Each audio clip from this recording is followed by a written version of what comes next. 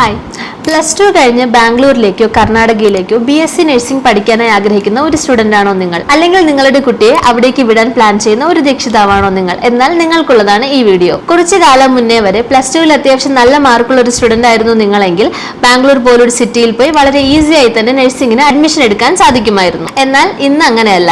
കർണാടക ഗവൺമെന്റും അവിടുത്തെ നഴ്സിംഗ് കൗൺസിലും ചേർന്ന് കുറച്ച് പുതിയ നിയമങ്ങൾ കൊണ്ടുവന്നിട്ടുണ്ട്. അതിൽ ഏറ്റവും പ്രധാനപ്പെട്ട ഒരു വാക്കാണ് KCET അഥവാ കർണാടക കോമൺ എൻട്രൻസ് ടെസ്റ്റ്. പല കേരളത്തിലെ വിദ്യാർത്ഥികൾക്കും ഇപ്പോഴും ഇത് എന്താണെന്നോ ഇത് കേരളത്തിലെ സ്റ്റുഡൻസ് നിർബന്ധമായും എഴുതേണ്ടതുണ്ടോ എന്നും കറക്റ്റായി അറിയില്ല.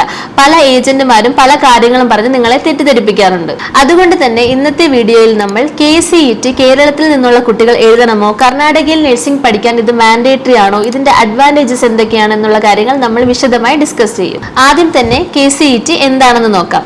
കർണാടക ഗവൺമെന്റിന്റെ KEA അഥവാ കർണാടക എക്സാമിനേഷൻ അതോറിറ്റി നടത്തുന്ന ഒരു എൻട്രൻസ് എക്സാം ആണ് KCET. എഞ്ചിനീയറിംഗ്, ഫാർമസി, അഗ്രികൾച്ചർ അതുപോലെ തന്നെ BSc നഴ്സിംഗ് എന്നീ കോഴ്സുകളിലേക്കുള്ള അഡ്മിഷന് വേണ്ടിയിട്ടാണ് ഈ ഒരു എക്സാം നടത്തുന്നത്. ഇവിടെ പൊതുവെ വരുന്ന ഒരു സംശയവും ഏറ്റവും കൂടുതൽ കുട്ടികൾ ചോദിക്കുന്നതുമായിട്ടുള്ള ഒരു ചോദ്യമാണ്, ഇത് കർണാടക ഗവൺമെന്റിന്റെ കീഴിലുള്ള എക്സാം അല്ലേ, സോ കേരളത്തിൽ പഠിച്ച കുട്ടികൾ ഈ എക്സാം എഴുതേണ്ടതായിട്ടുണ്ടോ എന്നുള്ളത്. തീർച്ചയായും എഴുതണം. കർണാടകയിലെ കുട്ടികൾക്ക് ഗവൺമെന്റ് സീറ്റ് കിട്ടാൻ വേണ്ടിയിട്ടുള്ളതാണ് ഈ എക്സാം എങ്കിലും കേരളം പോലെ മറ്റു സംസ്ഥാനങ്ങളിൽ നിന്ന് വരുന്ന സ്റ്റുഡൻസും ഉറപ്പായിട്ടും ഈ എക്സാം എഴുതിയിരിക്കണം. പ്രൈവറ്റ് കോളേജുകളിലും മാനേജ്മെന്റ് സീറ്റുകളും മറ്റും പരിഗണിക്കപ്പെടാനായി ഇത്തരം എക്സാംസ് എഴുതുന്നത് വളരെ അനിവാര്യമായി മാറിയിരിക്കുകയാണ്. മുമ്പൊക്കെ തന്നെ മാനേജ്മെന്റ് കോട്ടയിൽ ഡയറക്റ്റ് ആയിരുന്നു അഡ്മിഷൻ നടത്തിയിരുന്നത്, അതും +2 മാർക്കിന്റെ അടിസ്ഥാനത്തിൽ.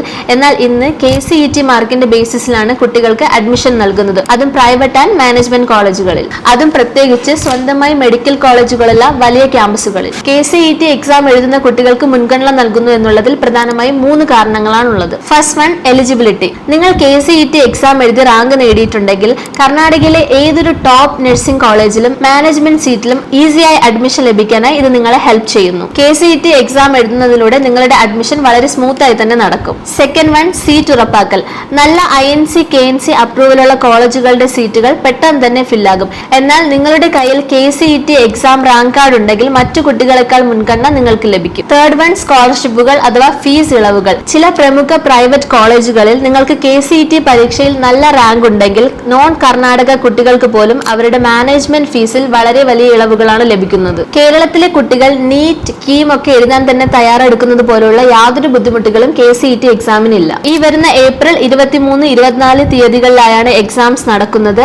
23-ാം തീയതി ഫിസിക്സും കെമിസ്ട്രിയും ആയിരിക്കും പരീക്ഷ. 24-ാം തീയതി ബയോളജിയും മാത്സും ആണ് നടക്കാൻ പോകുന്നത്. ബയോളജി എക്സാമിനോടൊപ്പം മാത്സ് എക്സാം കൂടി ഉണ്ടെന്ന് ഓർത്ത് നിങ്ങൾ ആരും തന്നെ ടെൻഷൻ ആവണ്ട. നഴ്സിംഗ് പഠിക്കാൻ പോകുന്ന വിദ്യാർത്ഥികൾ മാത്സ് പരീക്ഷ എഴുതേണ്ട യാതൊരു ആവശ്യവുമില്ല. നിങ്ങൾക്ക് ഫിസിക്സ്, കെമിസ്ട്രി, ബയോളജി മാത്രം അറ്റൻഡ് ചെയ്താൽ മതിയാകും. ഓരോ വിഷയത്തിനും 80 മിനിറ്റ്, 1 മണിക്കൂർ 20 മിനിറ്റ് ആണ് എക്സാം സമയം ലഭിക്കുക. എക്സാം കംപ്ലീറ്റ് ആയി മൾട്ടിപ്പിൾ ചോയ്സ് ക്വസ്റ്റ്യൻ എന്ന രീതിയിലായിരിക്കും വരുന്നത്.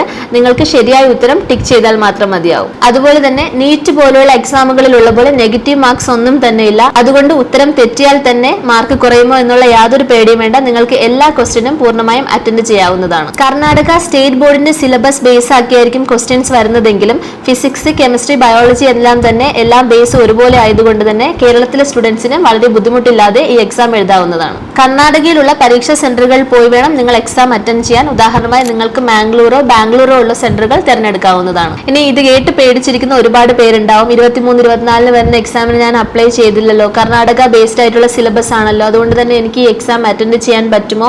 അങ്ങനെയുള്ള യാതൊരു ടെൻഷനും വേണ്ട. നിങ്ങൾക്ക് ഈസിയായി അപ്ലൈ ചെയ്യാനും അറ്റൻഡ് ചെയ്യാനും പറ്റുന്ന ഒന്നാണ്. കർണാടക സിലബസ് ആണെങ്കിൽ കൂടി കേരള ബേസ്ഡ് ആയിട്ടുള്ള ക്വസ്റ്റ്യൻസ് ആയിരിക്കും കൂടുതലുണ്ടാവുക. KCET എക്സാം എഴുതുന്നത് ടോപ്പ് കോളേജുകളിലേക്ക് ഈസി എൻട്രിക്കുള്ള ഒരു വഴിയാണെന്ന് മാത്രം. ഇനി നിങ്ങൾ ഈ എക്സാം എഴുതിയില്ലെങ്കിലും, നിങ്ങൾ ഈ എക്സാം എഴുതിയിട്ട് വലിയ മാർക്ക് കിട്ടിയില്ലെങ്കിലും വലിയ പ്രശ്നമൊന്നുമില്ല. നിങ്ങൾക്ക് +2-ന് അത്യാവശ്യം നല്ല മാർക്ക് ഉണ്ടെങ്കിൽ ഡയറക്റ്റ് മാനേജ്മെന്റ് കോട്ടകൾ വഴി INC KNC അപ്രൂവ്ഡ് ആയിട്ടുള്ള ടോപ്പ് മെഡിക്കൽ കോളേജുകളിലേക്ക് അഡ്മിഷൻ നേടാവുന്നതാണ്. സ്റ്റുഡൻസും പാരന്റ്സും അറിഞ്ഞിരിക്കേണ്ട ഒരു കാര്യം, കർണാടകയിലെ അഡ്മിഷൻ പ്രോസസ് എല്ലാം തന്നെ ഇപ്പോൾ വളരെ വേഗത്തിലാണ് നടക്കുന്നത്. അതുകൊണ്ട് അധികം സമയമൊന്നും കളയണ്ട. ഇനി KCET എക്സാമുകൾ ഇല്ലാതെ തന്നെ ബാംഗ്ലൂരിലെ മികച്ച കോളേജുകളിലേക്ക് നിങ്ങളുടെ ബഡ്ജറ്റിനനുസരിച്ച് എങ്ങനെ അഡ്മിഷൻ നേടാമെന്നുള്ളതായിരിക്കും നിങ്ങളുടെ കൺഫ്യൂഷൻ. നിങ്ങളുടെ മാർക്കും നിങ്ങളുടെ ബഡ്ജറ്റും അനുസരിച്ച് നിങ്ങൾക്ക് അനുയോജ്യമായ ടോപ്പ് കോളേജുകളിലേക്ക് അഡ്മിഷൻ നേടാൻ ഞങ്ങൾ നിങ്ങളെ സഹായിക്കാം. താഴെ കാണുന്ന നമ്പറിലേക്ക് കോൺടാക്ട് ചെയ്താൽ മതി.